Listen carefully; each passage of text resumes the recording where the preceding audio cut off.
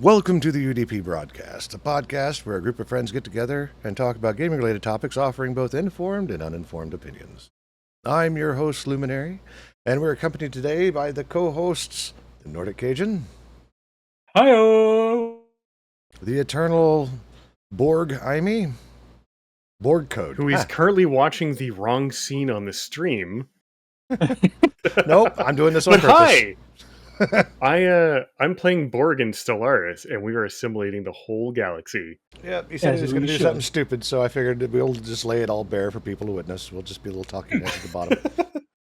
And from the Emerald Dream and PowerPoint Hell, Raina, the Crit Chicken. All this time I've been having the Wii what is it theme in my head. Do do do do do do do do.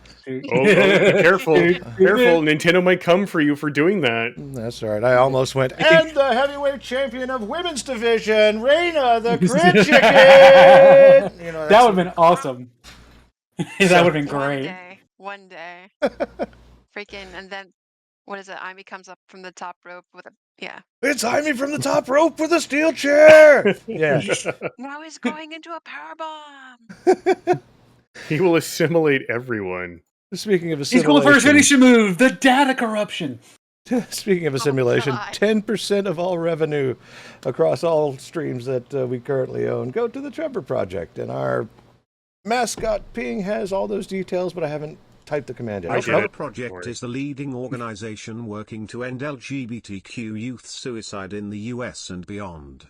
The non-profit operates several programs to help prevent and respond to the public health crisis of LGBTQ youth suicide, including 24/7 free crisis services, research, advocacy, education, and peer support. Thank you, Ping. Again, this is an opinion show. We have opinions on today's journalists and journalism, and our opinions do not reflect any entity that currently employ us or anything like that. In other words, we're poor, don't sue us. I'll eat your bandwidth. And then I'm going to eat your servers. And if they're hosted in the cloud, I will find them. I will eat them. Clouds are like marshmallows. They are. They're very tasty. All right, so what do we got? We think we're leading off with the Steam situation, and Amy certainly has words on that. All right. I need to alt-tab out of the game, so pardon to the people watching me Here, play. I'll change transition. Once we're done with So- that, we'll bring it back. Some clickbait person decided to post something on LinkedIn claiming, without proof of any kind, that they had contact or been in contact with somebody on the dark web on a well-known forum, claiming to sell a data set of 89 million user records for about $5,000 US. Now, the problem is, it's all bullshit. And here's the worst part, is every games media journalist I have read, all the reports I've read say a few things the exact same way, or nearly the exact same way. Almost all of them say Valve was hacked. Then almost all of them say, oh, Valve wasn't hacked. And then all of them say Valve's SMS two-factor authentication was only good for 15 minutes anyways, so it doesn't really matter, and it was from years ago. Well, here's the problem. It was never Valve's SMS two-factor authentication codes. In the news release from Valve talking about this, they actually say that it did not originate from them. Where was it here? Their very second sentence. We have examined this leak sample and determined this was not a breach of Steam systems. That sounds like an episode of Murray. We have determined that is a lie.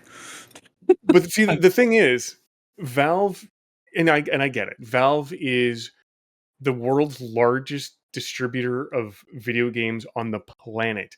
Mhm. The amount of data you could possibly get from them if you were the person to break in would be obscene. Mhm. So I understand there's a rush to try and get the story out and say it was their fault. It really was a hack.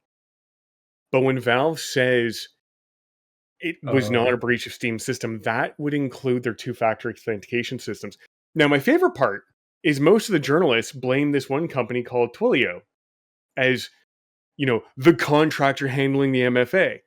Well, first off, not a fucking single one of them, not a one of them, went to Twilio's website to see who they are and what the fuck they do.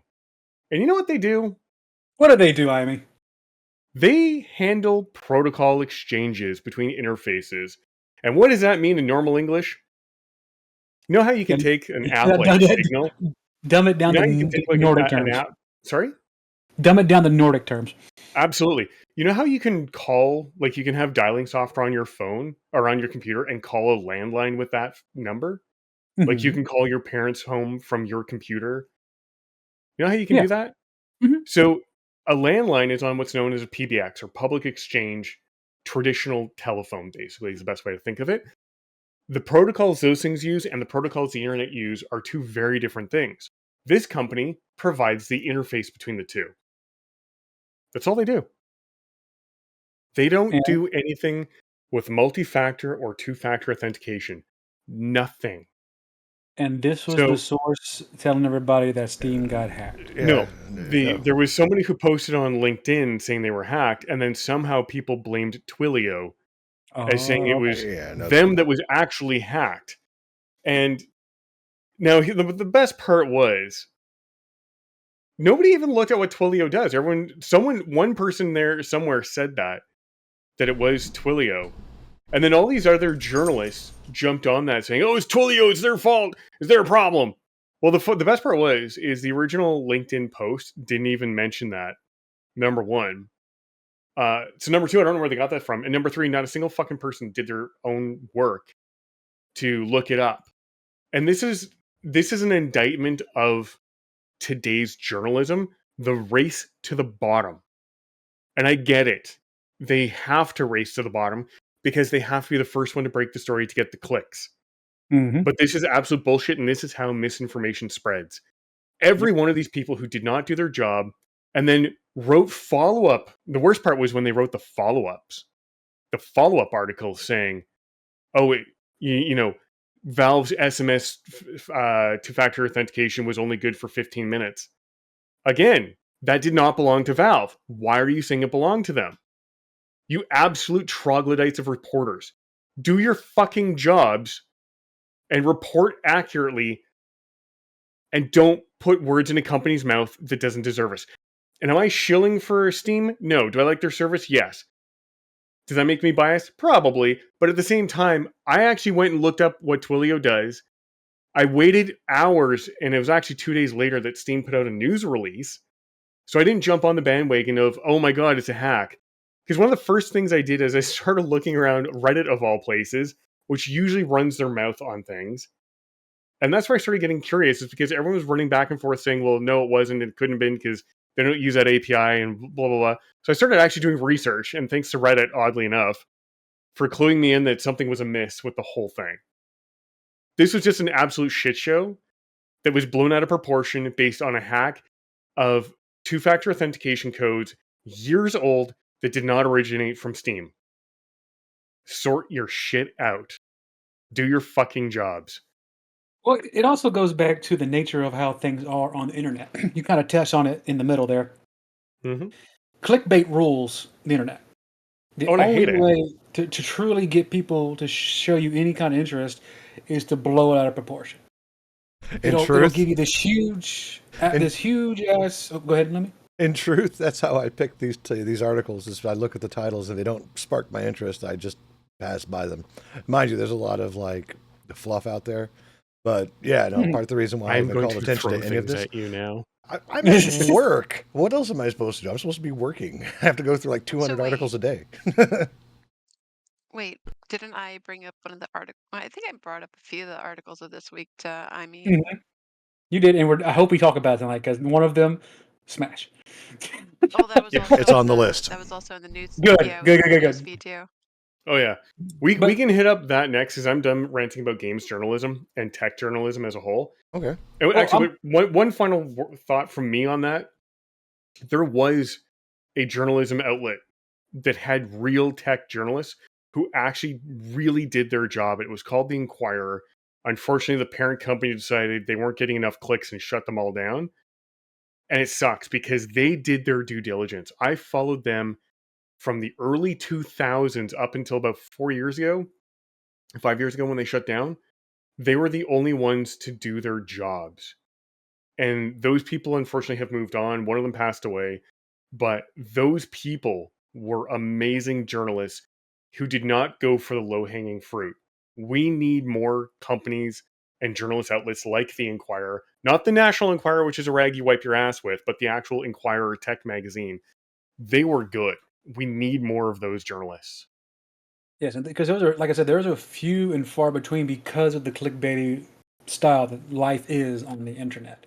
Like when most of the articles you run by sound like they come straight from the feed of the Onion, you know things are really getting bad. And it's Well, and very sometimes the hard. problem is some of them are true, and you would think they're from the Onion. I know That's the worst part. they go too far into the clickbait without really realizing, oh, we are literally a cookie cutter of everybody else. We need to do something that's actually stand off and actually bring some meat with the potatoes, as it were. It is so hard to find actual journalists that tell you what's going on verbatim as the news comes in. That's why I like, I'm not jumping guns, let's get into the politicists of the world, but there's one person on TikTok that I absolutely love to watch, and it's Under the Desk News. They do an amazing job at keeping their finger on the pulse of everything as it comes through in terms of anything coming down from politics. And those kind of news outlets are so few and far between across the board for tech, for gaming, for politics, for everything. It just gets gobbled up in the I have to be first out there. Please click me. Oh, I don't actually have an article. I just wanted you to give me the thing. Thanks. I've got two things before we move on to the next topic. One is I have noticed that a lot of folks are getting their news from Bikini Bottom News, and if you don't know what that is, breaking news. Yeah, I love Bikini Bottom News. There's a news channel on TikTok. It's Bikini Bottom News, and it's literally the talking fish, and he delivers the news to you. When that's more credible than anything else. It's good though. Yeah, it's really good. He does a great job doing it. Breaking news. It's awesome. Yes. Yeah. The other part is breaking news. to the Twilio. So my experience with Twilio, because I do like low-key programming here and there, Twilio is really just an intermediary. It will deliver exactly what you send it. It doesn't care what the content is. It's just like, you want me to deliver this to these places? No problem, boss. I got it, which is why it's used for SMS communication. And it makes it ideal for multi-factor SMS authentication as well, because you can be like, you as a entity could go, Twilio, send this code to blah, and they'll send it. And then that's the end of the exchange. And Twilio makes their money based on how many messages are sent. I think you get up to like 1,000 free if you're at the bare minimum, but after that it's like it starts getting pretty pricey as far as like how many messages that you send, which is but yeah, the best part was Twilio even put out a report, news release saying, no, this isn't our shit. And then it seems like this ain't our shit. Like, it doesn't even come from us. And everyone's like, oh, yeah, shut the fuck up. Just do your fucking jobs. Let my clicks. There are some people out there who respectably still will send a company email saying, hey, do you have a comment on this? Because this is a big story. I think journalists need to get back to doing the very basics of journalism, where they actually follow up and say, hey, can you answer some questions on this, please? Well, yeah, no, like I said, I go through about 200 articles a day just in gaming news, right? And I can tell you right now that I'd have to come down to the outlet that I want to present before I even like start tagging folks, because it'll be like 4 outlets will say exactly almost the same thing by different authors about the same thing, so I have to try to pick the best out of all of them. I'm beginning to wonder how much is actually AI written, although so far the writing is still human. Mm-hmm. And before you say you can't tell the difference, well, maybe you can't, but I can, because there are certain ways that people write that AI does not. Right now, and it's really weird. It's bad. Right now, though, it's getting better, which is a problem. But yeah. So let's move on to the next subject here real quick. I believe that Crit wanted to talk about a particular dating app. You want to go with that, Crit? So Smash and pass. Hi. So much like, you know how we used to have unofficial Super Smash Brother tournaments? Well, someone was trying to come up with a Super Smash Brothers dating website, and Nintendo didn't take too fondly for it. Kind of like the World of Warcraft dating website that there used to be called Datecraft. Wait, So, that existed? yes, it did. Oh my Yep. god. But yeah, again, Nintendo's nope. They're like, no, we're gonna break that. Because secretly Nintendo is creating their own dating sim. They didn't want to get any thunder taken away from them. They're going to copyright and patent all love date sim apps on there. They can go and retroactively sue Grindr and Tinder and all Yes, that yeah, for all the money they in will the do world. that after the fact and then sue everyone, That's right? right, because all of those dating sites uses a catching implement that you have to throw at the person that you want. Yeah, And, Swiping, pickup line? swiping left or right in a virtual space. Yeah, See, you could do towards yeah. another character in a virtual space. So the swiping would be Nintendo, and left would be Nintendo. Yes. God damn it, no. Yes. The name of that app was called Smash Bros, which makes it even more hilarious. Like, Smash That sounds like together. a. That sounds like a. Sounds like a Smash or Pass website. No, something but more nefarious. but it was a very niche idea too, because it was strictly for Smash players, right? Mhm. Because apparently that is a very difficult dating pool. I guess so. I mean, if you think about it, I mean, Zelda could definitely pair with a Link. I mean, maybe. Mm-hmm. Yeah, Or Pikachu and Jigglypuff. I can see it happening. there was some interesting verbiage that they had on here for this as well, which was, let's see here. And Birdo goes both ways, so it's fine. Sorry, I had to throw that in there. I had to. damn It was low hanging fruit. Sorry. Yeah, definitely low hung. Let's see here.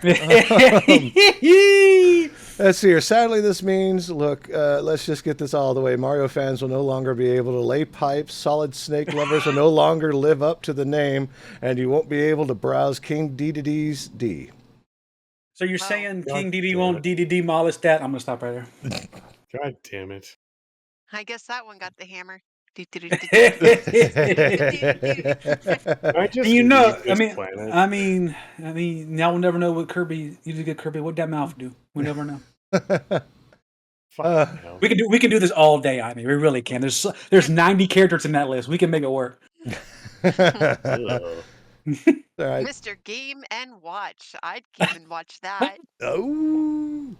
To the cock chair. No. To the cuck chair? Hey, God damn it. Dr. Mario will see you now. To the cuck chair. No. I mean, if you set your preferences right on the Smash website, There's something for everybody. Yeah, Something King literally of for everybody. there's a preference go called take a drink likes now. to watch. That's what it would be. and that's the likes symbol. to watch, The likes symbol to is the play. Game & Watch guy on your profile. And then you have the prompt like after what is it, 15 minutes, still watching. Let's break this up a little bit. Oh my god. Tekken director. I'm dying over here. I'm sorry. Tekken director. We talked about this last year because he said some very xenophobic things. So Katsuhiro Harada is really trying to make the Waffle House brawl a reality for Tekken. Oh no. Which would be hilarious, but the thing is, though, you have Tekken on PC now. Just leave it to the modders. The modders will handle it. It's a They'll simple do a better solution. job too. Yeah, absolutely. They will put the kernel in there better than you can, and will make Wendy an unlockable character. Bet. God damn It's it. funny you say that because there was another article talking about back to Nintendo. Beating down Everything comes back to Palworld. Nintendo. Well, no, I mean they're beating down Palworld. Palworld had to make some concessions, which took out the throw to summon Pal mechanic or throw to catch. And the modder Or said, using the fuck pals as a you. glider, yeah. Yeah, And the modder said, fuck y'all, we're doing it. We're doing it live. Watch. which was then taken down because legal blah blah blah. So yeah. But right now, I think I wasn't here last week. I don't know if y'all touched on it, but Nintendo's actually on the receiving end of that lawsuit, aren't they?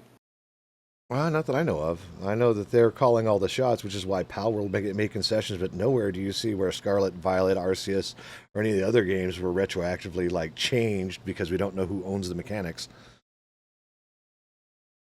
Well, I could have sworn you had sent me some links about Palworld actually getting the upper hand in the lawsuit. Maybe So they didn't get the upper hand. They've just started to argue against everything, and good on them. good. So they're not just They're letting. calling out the stupidity for what it is.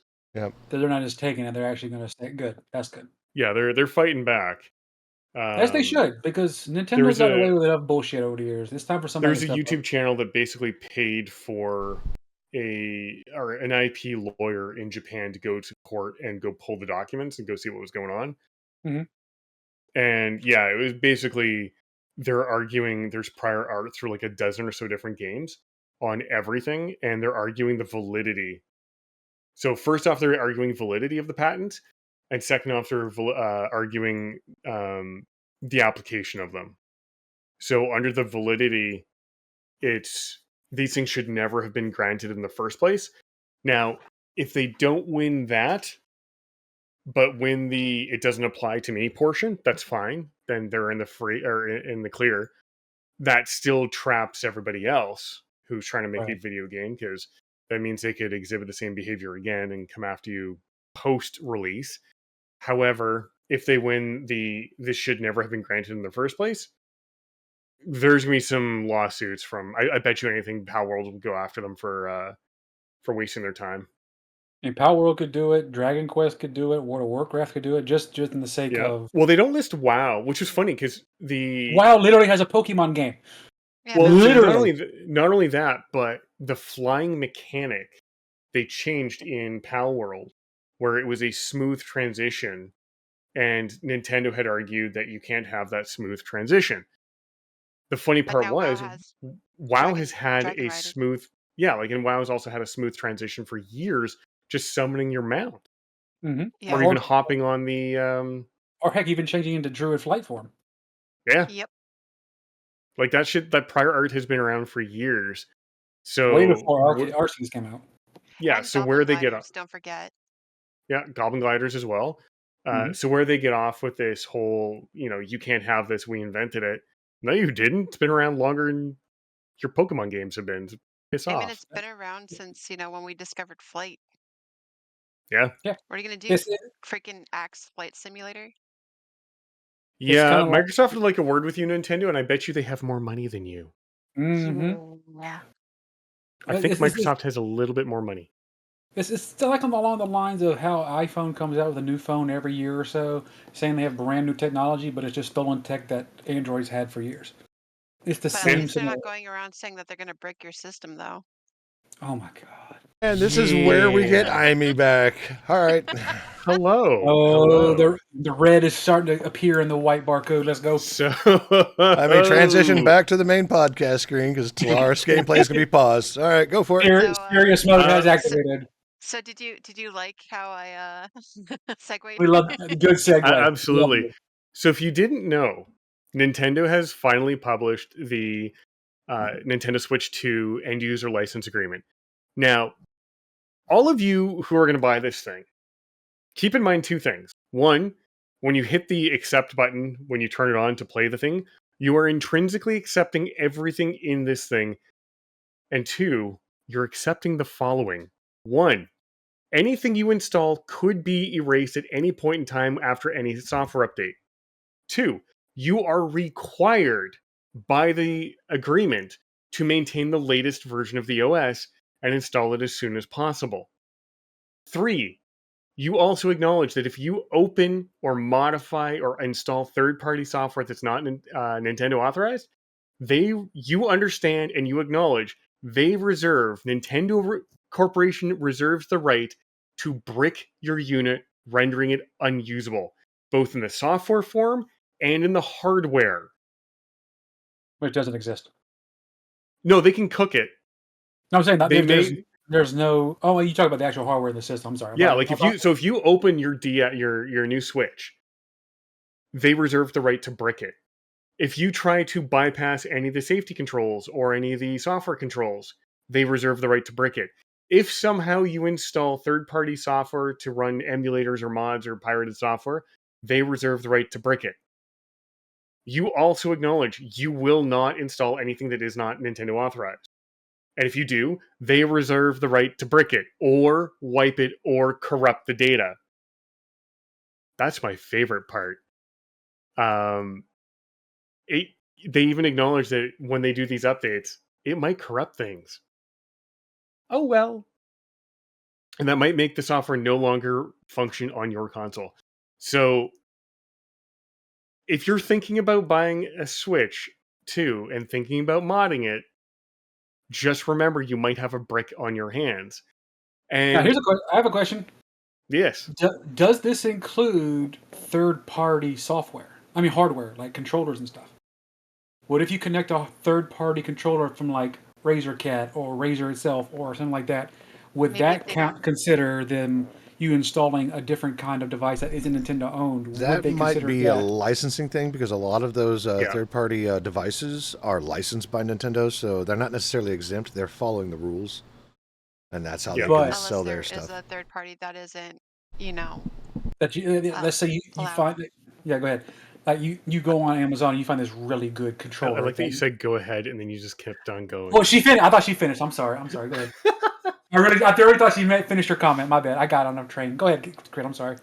I was gonna say, like, what happens if they make something on Temu or something? So So if it's not Nintendo authorized, you could be at risk of them corrupting it when they update your system. You could be at risk of them breaking your system. So part of the agreement, and they even say for clarity, the software is licensed, not sold to you, which is something I'm starting to see more often. But without limitation, meaning there is no limit to this. Like, there is no, I only accept it the first 4 or 5 times, and then after that, I don't have to accept your agreement. No. As long as you own this device, you are accepting the following. You agree that you may not A, publish, copy, modify, reverse engineer, lease, rent, decompile, disassemble, distribute, offer for sale, or create derivative works of any portion of the software. So, no mods, absolutely no mods. B, bypass, modify, decrypt, defeat, tamper with, or otherwise circumvent any of the functions or protections of the console or software, including through the use of any hardware or software that would cause the console or the software to operate with any unauthorized, illegal, pirated software or hardware.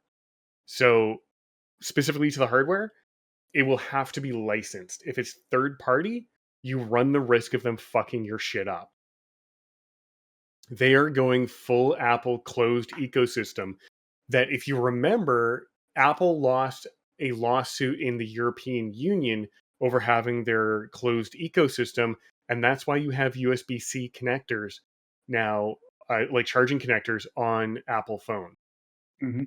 They were forced to get rid of the Thunderbolt because it was a closed ecosystem, and even then, I don't remember if it fully obeyed the Thunderbolt spec or if it was slightly modified so only their stuff would work. C, this is my favorite part. You also agree that you won't reinstall any prior version of the software on the console or otherwise obtain or install any version of the software other than through distribution methods provided by Nintendo. You cannot downgrade your system. So if you find that after you've upgraded it, there's a fuck ton of bugs in a game you're playing, you are not allowed to downgrade your system unless you want to run the risk of them breaking your system. Oh, or how about this? What if their update breaks your system? What that's, then? That's unfortunate. You know what? Don't you have phones? Just go buy a new one. There you go. Yeah, So you also agree that you won't install or use any software which Nintendo identifies as an unauthorized copy or from one or more unauthorized copies have been made. So clone of a clone of a clone. If they figure that out, they fuck your shit up. You also agree that you're not going to exploit the software in any manner other than to use it with the console in accordance with its documentation and intended use. Now, that one's kind of funny because game exploits, I don't think, are covered by this. I think what they're specifically targeting is targeting, say, like say they have a trusted platform module on the device.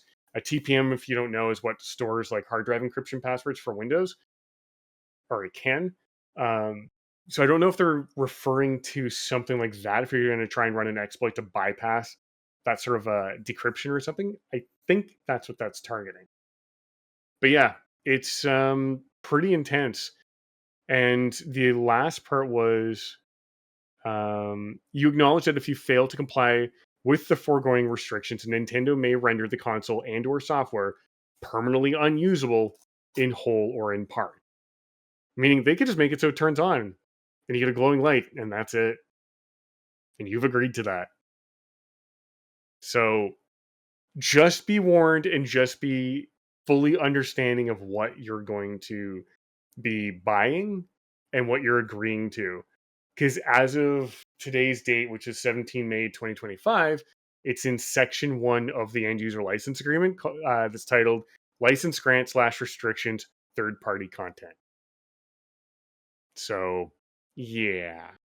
Nintendo, I hate, I'm going to say this with my whole chest. Nintendo is out Sonying Sony. Yeah. They're They're literally trying to putting race themselves on an island. They're putting themselves on an island where Nintendo, where Xbox, PC, and Sony are actually getting to the point where they're starting to do cross-platforming and actually playing nice together. Nintendo is trying to put a freaking iron gate around them to keep their property safe. When all you're doing is giving hackers something to do.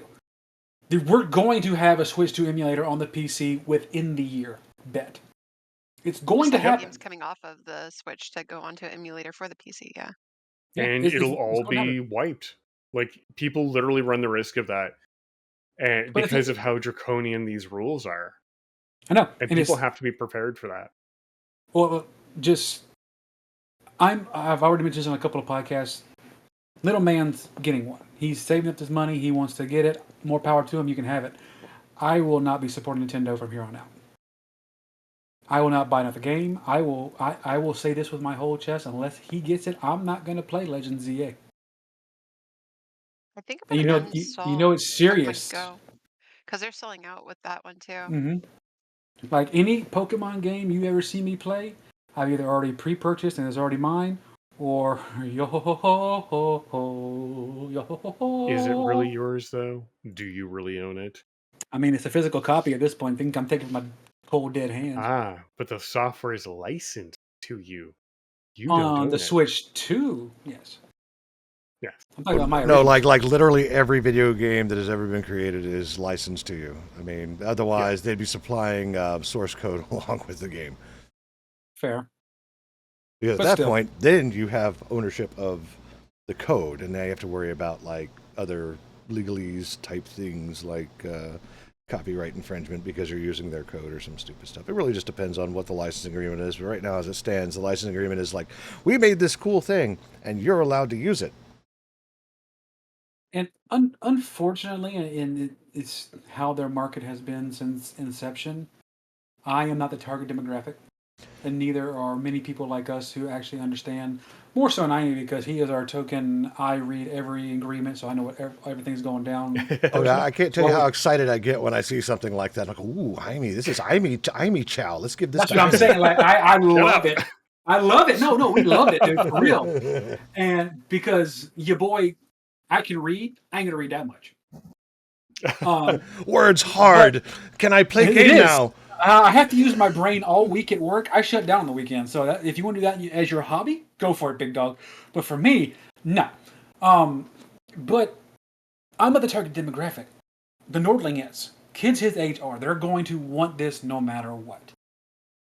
And unfortunately, that will be enough to propagate Nintendo to continue to exist despite their dumbass backwards mentalities. Here, I'll be right back. I gotta take care of my dog. Unless the parents are like us, wake up and say, hey, there's much better stuff out there than this. It's like World of Warcraft, where you can actually have battle pets and yes. It's the same thing, just on the computer. And you play on the computer all the time anyway. And also with community guidelines that, you're not supporting a company that won't even have Super Smash Brother tournaments and stuff like that. Like, it blows my mind that we're in 2025 and the Nintendo executives are still in the 1990s. It blows me away that their minds have not loosened. I fully believe they're of the mentality that the harder you hit back at people, the more money you'll make as a company. Well, that's and unfortunately, time has proven that is an absolute atrocity of thinking because it doesn't work the way they want it to. No. All it does is alienate people. Is Nintendo going to go after Steam for the Steam Deck? Oh, it looks similar. Only Who if you knows? throw it at something to try to catch it, I guess. But let's move on Yeah. to our Sure. top 10s before we call it goes. It's probably going to take up the rest of the podcast here. We've got two of them, like I said. We've got the roguelikes and we've got the best open world survivals. Honestly, we could probably run through them both because they have games on both of those that are really good. But we'll start with one. I'll go with the open world first. And if we have time, we'll knock out the roguelikes as well because they're both really good lists. So, I'm opening it up so I can go along with you. Let's do this. you want me to drop in It's the like chat Ark. for you?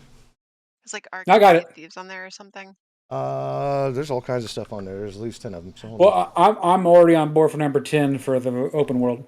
Okay, well, I'm getting that right now. That one is roguelikes. This one is, it's in the Twitch chat if you want to follow along.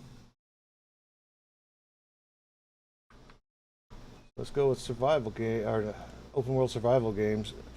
At number 10, our very favorite Satisfactory. I don't know how that's a survival game, but you know what? I'll take it. I mean, It other is than kind of. you can still die. Yeah. So but it is open world for sure. You can go anywhere at the beginning of the game and do whatever you want until you start building your base and taking over. Yeah. It's a gorgeous game. It's a beautiful game, and I love it. Like I wish I had more time to put into it. I might do that tomorrow to unwind, but it's a great game. Like I love Satisfactory. I really do. I haven't gotten past freaking the second stage of the elevator yet, so I'm really aggravated with myself that I haven't gotten that far. Yeah, same here. I need to go back and replay it because 1.1 added in some really good quality of life stuff I want to use. But everything's kind of weird and broken right now, so I'm just kind of waiting it out before I start a new playthrough. Feel that. Jaime, you? Satisfactory? Yeah? I love it. It is a fun game. I do the same thing I do in every game, which is make everything excessively large. Yeah. Yeah. Like, I don't know how to make a small and compact base. This is true on all those type of games because I was playing Stationeers with Jaime and Bombardimer, and Jaime, last time I played with him, was starting his solar panel array, and then he told me, "Hey, so you remember that solar panel array?" I was like, yeah, I was like, apparently it was too big and it was using up too much memory on Bomb's rented server. Yeah, he got when you get an email from the server host company and you're normally spending or normally consuming 2 gigabytes of RAM for your server and your max allotted is 6, and then it spikes to 14 or 11, whatever the hell it was, it might be a little bit too much. Just maybe. Yes, maybe. Great. Have you Maybe. played Satisfactory? No, I've been watching a lot of it though. I mean, it looks interesting, but I do have an honorable mention that I didn't see on that list, and that kind of makes me pout. Okay. You want to do it after number one because, like, you know. I think she and I are thinking the same thing. I want to see if we're on the same mind mind 3, line. 2, 1, Palworld. Palworld. Yep. Yep. This is true. Yeah, no, if you ever want to get into Satisfactory or watch some good Satisfactory content, I'm Kibitz is a really good one, along with the Valhalla Love him. Pickle. So Valhalla Pickle. I haven't seen him yet. I gotta look him up. Yep. So, Valhalla. number 9 on this list is Death Stranding. That one I haven't played. That is your Is it Death Standing? Well, Death Stranding. That is With your Death Stranding? Okay. that is your post-apocalyptic Amazon Prime simulator. So I've played a little bit of it. It's very pretty. It's very niche. I'd recommend to play it at least once. Number 8 is Minecraft. We've all played Minecraft. I mean, Minecraft is literally the grandfather of open world sandbox survival games. Like, it really just started as a little Java game and then just blew up. You can't not talk to kids these days and not know what freaking Minecraft is. Dude, you got to think. Like, back when we first started all this YouTube stuff, like, Notch was putting up stuff like, hey, check this out. This is what a long minecart ride looks like. And he actually carved out, like, tunnels and mountains and just rode it around. This is before it was way as developed as it is now. But it was really good. And now you got people literally making a per scale, brick for brick replication of all of the land of Middle Earth from Lord of the Rings in Minecraft. Oh, that took So years, and I think they're still working on yes, it. they Like the are. Mines of Moria is so big, it actually clips past the render distance. Hmm. So, It's crazy. okay, number 7, No Man's Sky. Another game that I wish I had more time to sink into because it is a fun ass game. Yeah, It you, really you ended is. up playing it. I know Amy has it because I bought it for him. But Crit, have you messed around with No Man's Sky? No, man. Not I.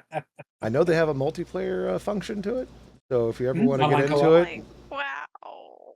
yeah, Wow. She's wow. they've Wow. they've got all It's a kinds fun of good game. stuff. If you love like sandbox is one thing, but with you talk about like exploration, like the universe is huge in this game. You can go to planets all over. It's crazy. It I takes can do what that with WoW, though. Like, on Outland. one Get planet. chased around by stompy robot. For me, if it takes what EVE Online should have been and makes it better, because you can still do dogfights in space. It's crazy.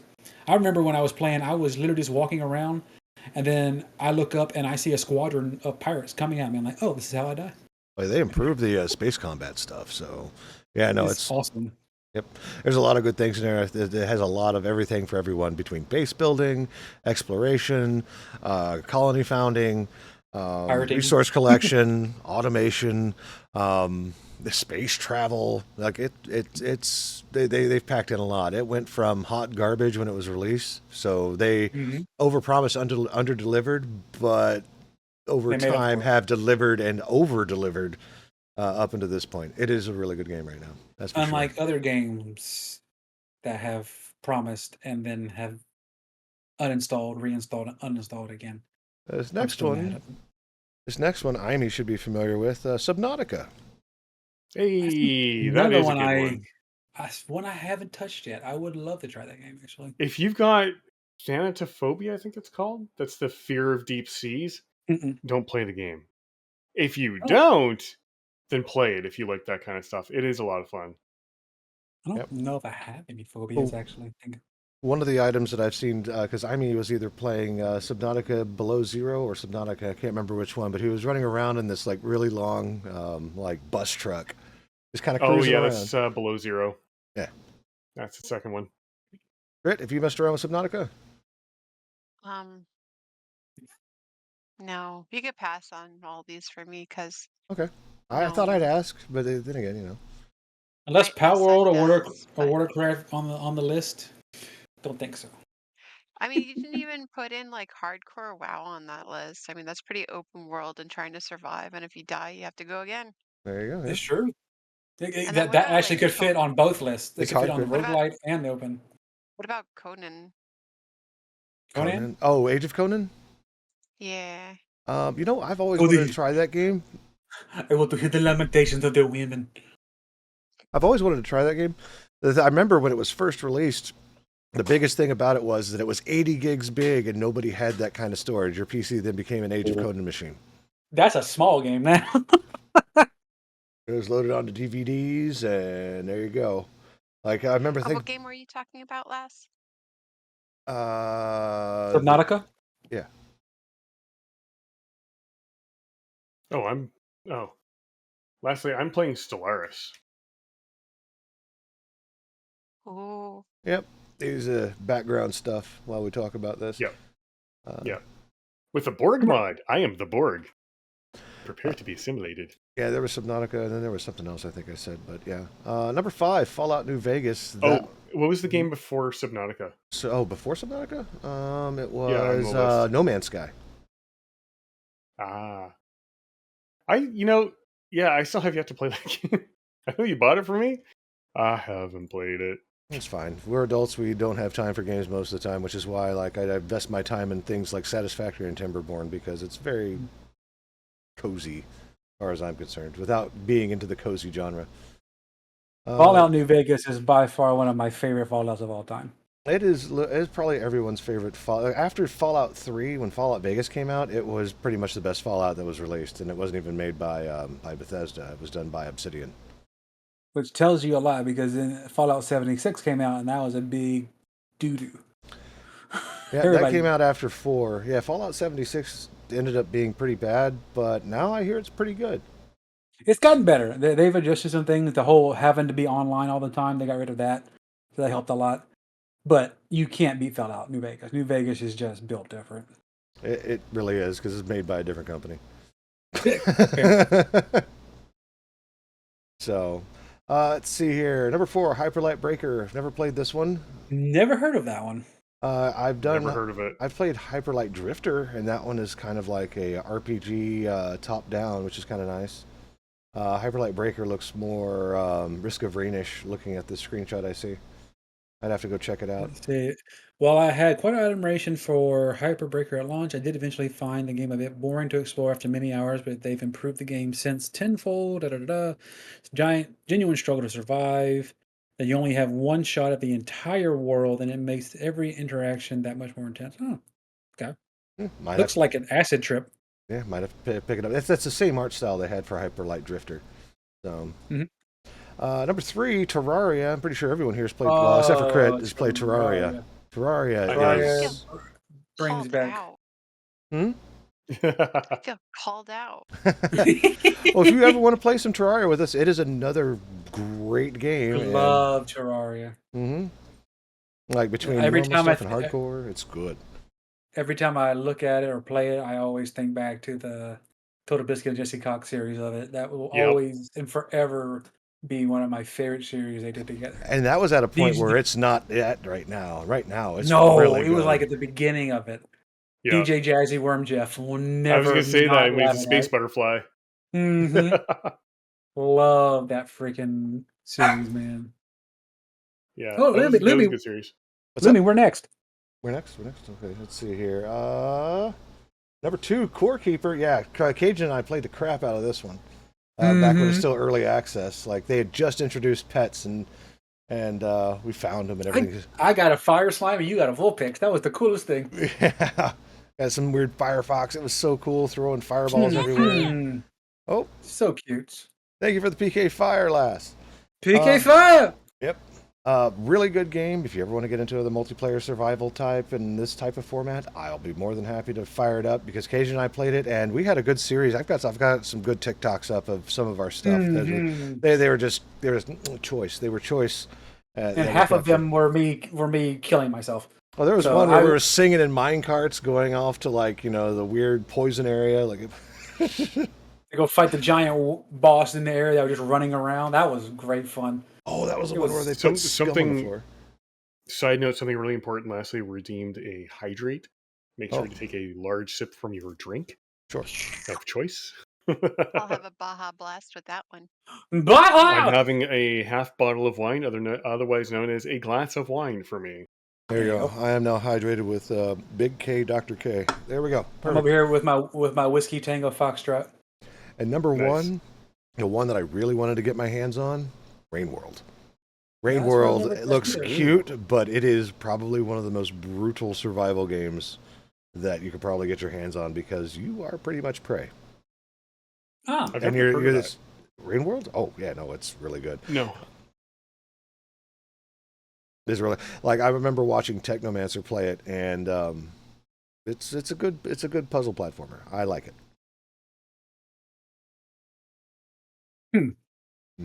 And of course, me and Creator said Palworld should be on the list because it is a survival game.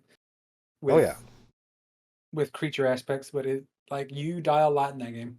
Okay. From cold, just the cold, let alone the creatures. Like, you're walking around, if you don't have the right clothes on, you die. It's right up there with the survival genre. I don't know why I didn't make the list. Fair enough. Okay, that's all of the open world survivals top 10 from Dualshockers. If you want to, we can go ahead and hammer out the roguelikes and then get into our roundtable. That'd be the first double top 10 that we've done. So nice, we're going to do it twice, baby. Yep. Number 10 on this list is Enter the Gungeon. Love and hate that game. Love and hate it, because it is the best of a roguelike and a bullet hell. And if you don't like bullet hells, you're not going to like it. If you love bullet hells, this is your cup of tea. Like, this thing is insane with the amount of projectiles you have to dodge. It's crazy. And the art style's cute and adorable. The puns are amazing. I love the puns and all the guns and everything. It's a great game. Great game. I mean, have you messed around with Into the Gungeon? I think so. Let me check my Steam list really quick. I believe I have a few hours in it. Yep, there's Into the Gungeon, and then there's like Exit the Gungeon, I think is like the sequel, which didn't really hit as Have hard a as sequel? Enter. Yeah. No, I do not have Enter the Gungeon. So I do It's not. a great game. It's a great Really good? game. I don't remember what game it was that I got that was similar to that style now.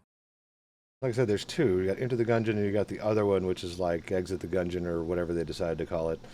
So it could have been either of those, or it could have been something else. Who knows? There's a lot of games that are like that, but this one has a very distinct art style. Yeah, no, I have not. Into the Breach. I think you actually picked this one up. I own it as well. Just It's sound like an I island do. game. it's made by the same I- people who did FTL. So Yes, it was their new game it released. I did get that. I haven't played it yet. it's really good. I mean, you should get your hands on it. It's very strategy oriented. Yeah, that's the problem. The only way I play those games is Smash, which is why I'm really bad at strategy. Like I'm terrible at this game. Stellaris, I'm awful. And any game like this, I'm terrible because I just want to break things all the time. Fair enough. break it all. Crit, if any of these are ones that you've played, please chime in. Okay. There we go. No. Number 8 is FTL. Northern Lion played the crap out of FTL. That's another one I haven't got my hands on. One of the few I haven't got my hands on. I like the fact that Into the Breach and FTL are right next to each other because it's Yes. the same Yes. developer. So that's amazing. Number 7, the classic from Ed McMillan. Oh my God. The Binding The of amount Isaac. of hours I have own poured the into Flash this game. version. Me too. Me Yeah. too. The OG. Like, oh my God. I am not good at that game. I will throw that out there right away. I suck at it. The most fun thing about this game is breaking it. It's just getting the right combo of items and then just face rolling. Anything with Cricket's That's body fine and up Parasitoid. until the D20 no longer turns stuff into chests. Or And just turns it into reliably. milk. Yes. Well, no, it doesn't reliably turn things into chests now. They've made a change to break it, so you couldn't use it to break the game. Go figure.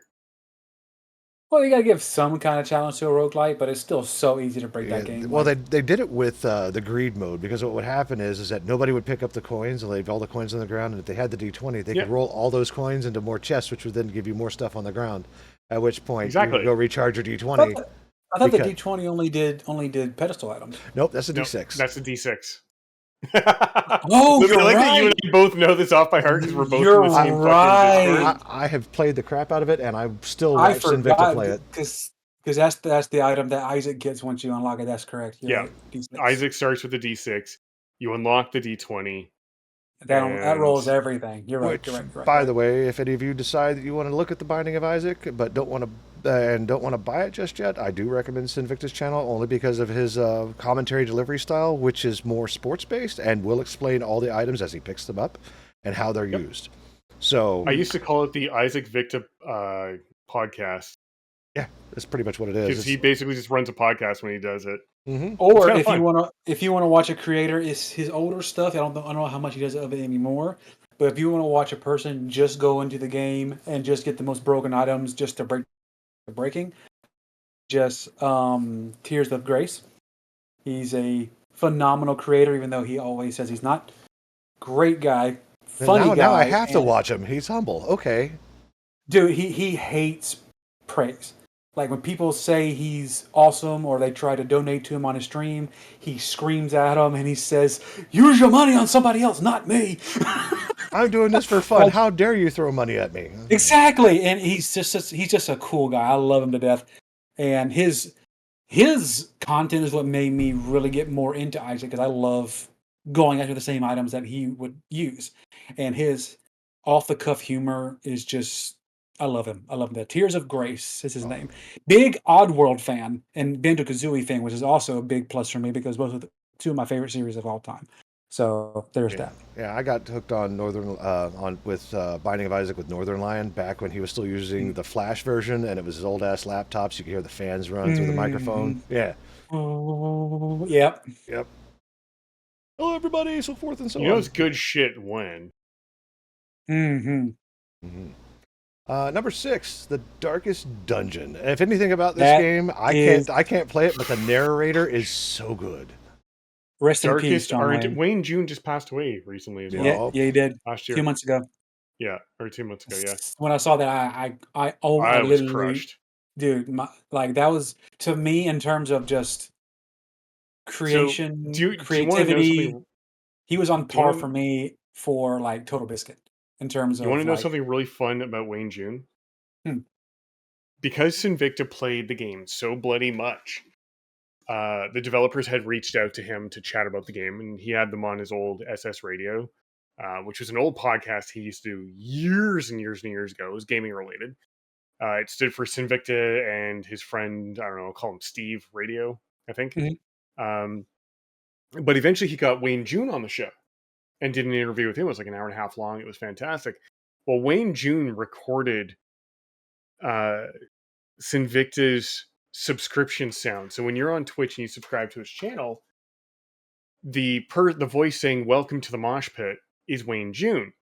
Now, because Sinvicta was friends with Husky and friends with TB and friends with Dodger and Jesse Cox, well, Dodger, when you go to her channel and you subscribe to hers, he does a long, like, it's Wayne June announcing that you've subscribed, and it's a long tirade about kittens or something. I don't remember what the whole thing is, but yeah, he did the voice, the subscription voice for her channel as well. Yeah, Bear Taffy has his voice as "Welcome to the Bear Pile." Like that's him as well. Like That's fantastic. I it's love it. amazing, and for the game itself, it set a standard for roguelikes for me because this game is so unforgiving. There is it's no darkest give in this game. RNG. Like I've watched so many people play the game, and Bear Taffy again is one of my favorite creators who played it, and he has an episode where he went into the first dungeon and every single thing that could have gone wrong did. It was fantastic. That's right. This game does not give a fuck about you. And it's Yeah. evident in when you play, and I love it. It gives you no quarter. And to this day, as many hours as I put into the original Darkest Dungeon, still have not beaten it once. Oh, I haven't hate either. it, I don't because, expect to ever Fun will. fact, it is literally the only tattoo I have on my body right now is the Darkest Dungeon symbol. Can on my confirm. right. I've Nice. seen it. Yeah, That is Lumi's seen it. fantastic. It is. I eventually want to get the torch that came with the second game to go inside the arch, but it's the only tattoo I have currently because of how much I loved this game, how much it impacted not only me but just the roguelike scene in total. Its sequel I is hear that okay. one's pretty. It's not as good as the first from what I understand. It tries to take aspects of another game on this list, Slay the Spire. To Darkest Dungeon, but it just makes going through the game a lot more tedious.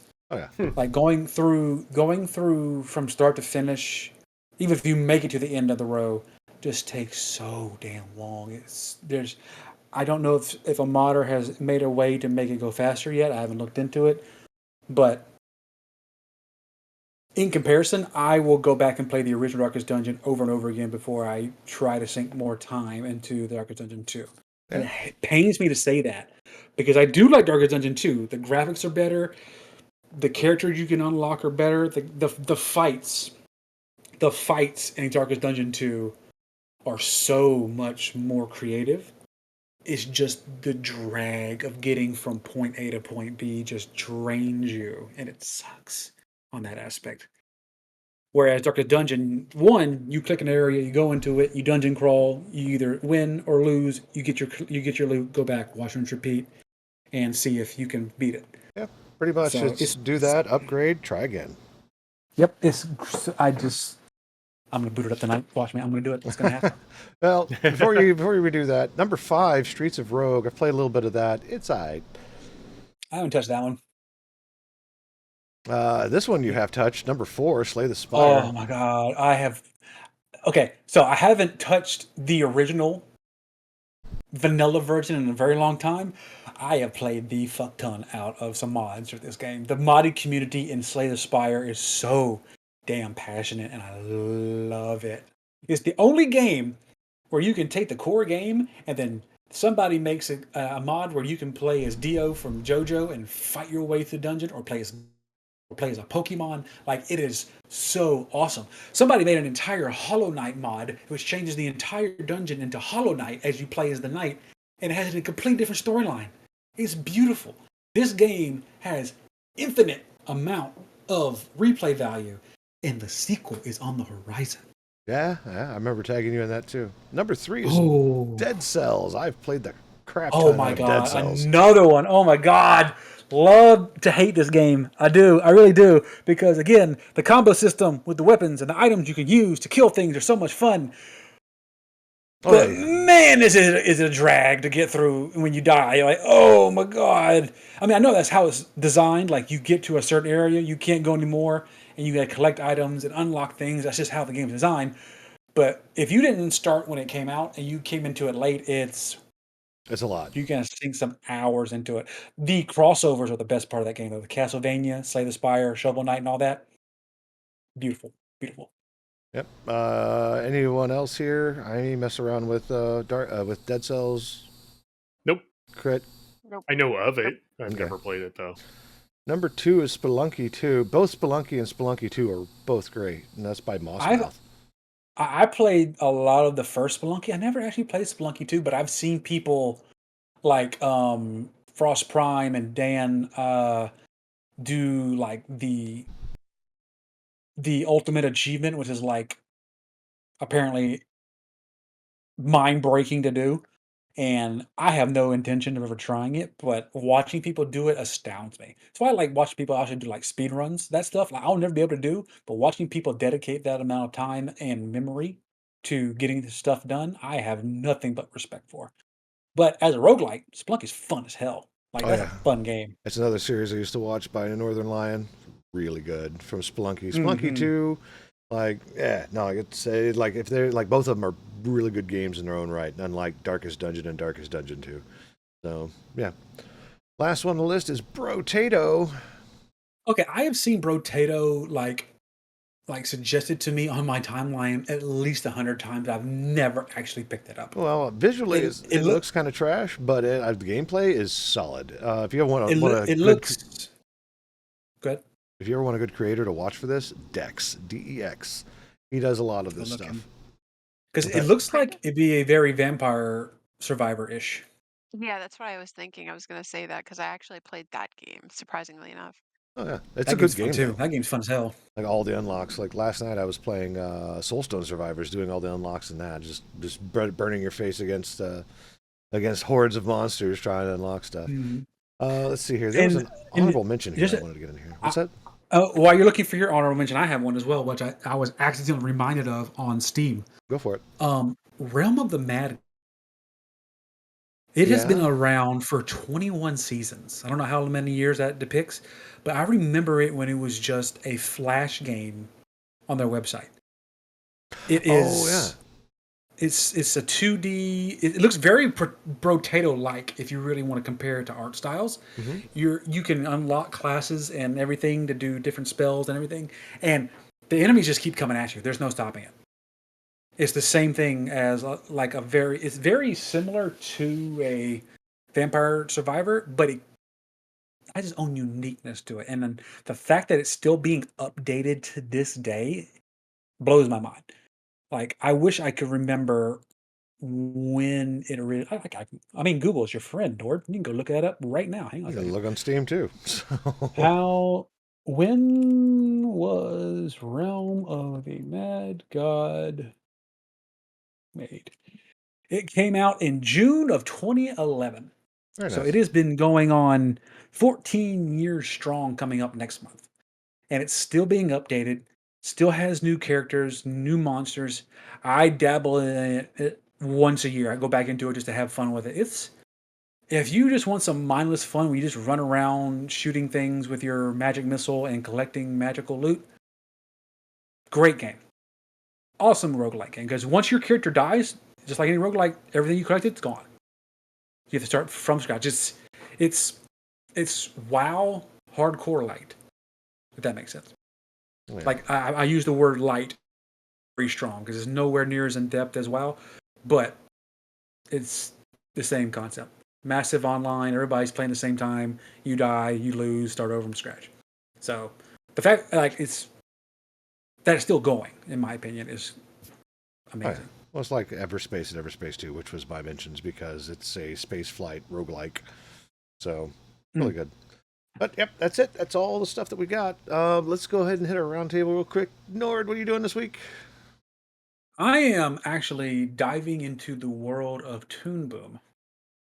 I have been dabbling with the idea for a long time now, and I'm finally gonna bite the bullet. Toon Boom is an animation program, like parallel to like Adobe's Animate. But fuck Adobe, I'm never supporting them ever again. So I have I'm working on some more YouTube stuff, and what I want to do is create an animated series about my Nuzlocks that I've been working on. And Toon Boom seems to be the only way I'm going to be able to do it. So I'm going to bite the bullet on that and start learning that as I go, because I have a lot of ideas in this giant jughead of mine. I got to get them onto the internet for people to see. I was just looking at Humble Bundle before this started. There's some good like arty stuff and assets. If you link that to me, link that to me so I can take a look. It's Humble Bundle. It's in the software section. Oh, Humble Bundle. Okay, I can go look. But I have a funny Louisiana story real quick before we finish the roundtable. Go for it. You guys all know about that Cabbage Patch doll that was like in a museum for the longest time? Oh yeah, No. the Annabelle. Yeah, Annabelle, yes. She was in this glass case for decades because everybody said that she was haunted. Nobody wanted to get near her. Well, apparently somebody bought her, and now she's going on tour. And they brought her to New Orleans, Louisiana. The day they brought her to New Orleans, Louisiana. She's voodoo capital of the world, really? Yes, one of the biggest plantations in Louisiana burnt to the ground. I saw that. And 11 inmates escaped from jail. Oof. Man, such a. So if I saw the picture of that too, where they said "too easy," LOL. Yeah, they cut a hole in the wall and they said "too easy," LOL. And my only judgment of that is you spelled "too" wrong. Oh. I love Instead it. of saying "two" like with two O's or whatever, they used one, and I'm just like, Like you were you so know, close. You were I was so like, close. I understand that you've been locked up, but that just means that the education system has failed you there. Mm-hmm. Yep.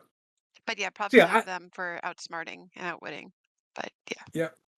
I'm not I'm a believer in things happen for a reason, and I don't believe in coincidence. The fact that you brought that doll to New Orleans and the biggest plantation burns down at the same exact time, you might not want to fuck with the doll. Well, just remember, correlation is not causation. So yeah.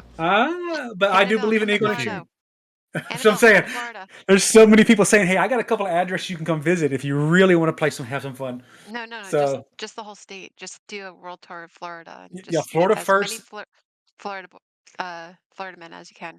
Do it. Do Florida first, and then go visit. Lumi, you leave first, then go visit Texas, and then go visit DC, and then we'll be good.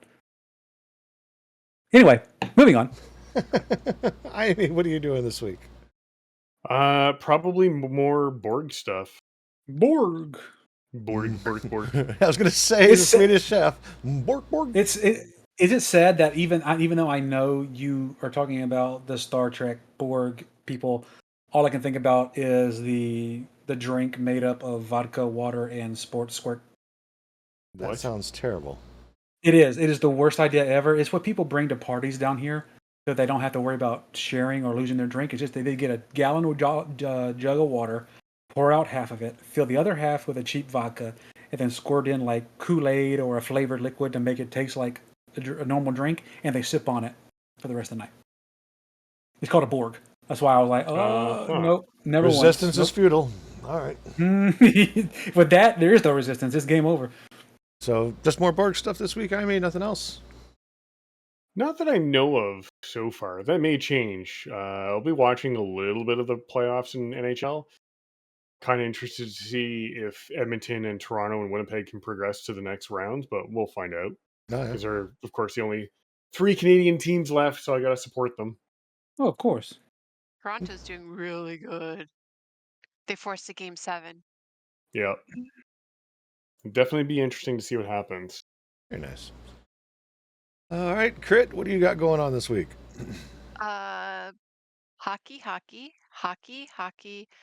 Hockey, and doctors. What the puck? All right, well, that's fine. That was a good I love movie. that. I'll take a drink to that. Yep. Yay, I got one. What is Lumi doing this week as we all take a sip? I'm going to try to get back to retooling the website. I did some of that while live in Jalen's Discord server, and I made some good headway. I sent some screenshots to every one of the hosts, and I think I gave some further updated ones to IME. So that's going to be a thing over the next few weeks because web dev is hard, and I'm learning and doing on the fly. And I'm also not using JavaScript, so that's another huge thing. Yes, to answer the question, I'm using PyScript, which is, yes, it is a WASM module built with JavaScript, but still, Python. I can write Python to do Power websites, so it just seems to fit. Other than that, probably going to be working on Timberborn, and Soulstone Survivors has quickly become a good time waster for me, so it just depends on what's going on and how many gummies I've taken, so... Woo. But yeah, that's it. Exciting. Yep, good stuff. Other than that, yeah, no. You ever want to see what we're doing or understand what's going on or at least get the news, stop by our Discord, which will be in the chat, discord.gg/the UDP broadcast, where we have Banana Tune and the hosts and a strange orange cat that causes trouble.